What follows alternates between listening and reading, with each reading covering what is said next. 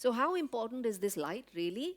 And this was studied by a scientist, Ken Wright, about 10 years ago, where what he did is he has a lab at the University of Colorado Boulder, so they're very lucky. They're right by the Rocky Mountains, and he loves camping. So he designed an experiment where he had a bunch of students in their normal office environment, and he put these activity monitors on them, so pretty much like an Apple Watch or Fitbit, um, recorded their activity and their light exposures for a week in their normal environments, and then he took them for a week camping in the mountains, and still wearing those monitors. And when they were in the mountains, they had no access to devices, no access to artificial light, other than a fire at night. So this is what he saw from their light exposure patterns.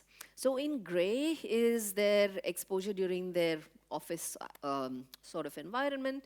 So electrical lighting, what you can see here is typical daytime levels reach maybe about 1,000 lux, which is quite lucky. We don't actually get that over here in the UK. But then what happens in the evening is this shoulder. And this shoulder is really interesting because that is something we know exists, but then this was described beautifully in this study. And this is coming really from our behavior in the indoor environment, so evening lights at home, devices, the television, computer screens, etc. But of course, in the natural world, they were exposed to much brighter light during the day, so 10,000 lux. You can see here that this is a log scale, and no light in the evening.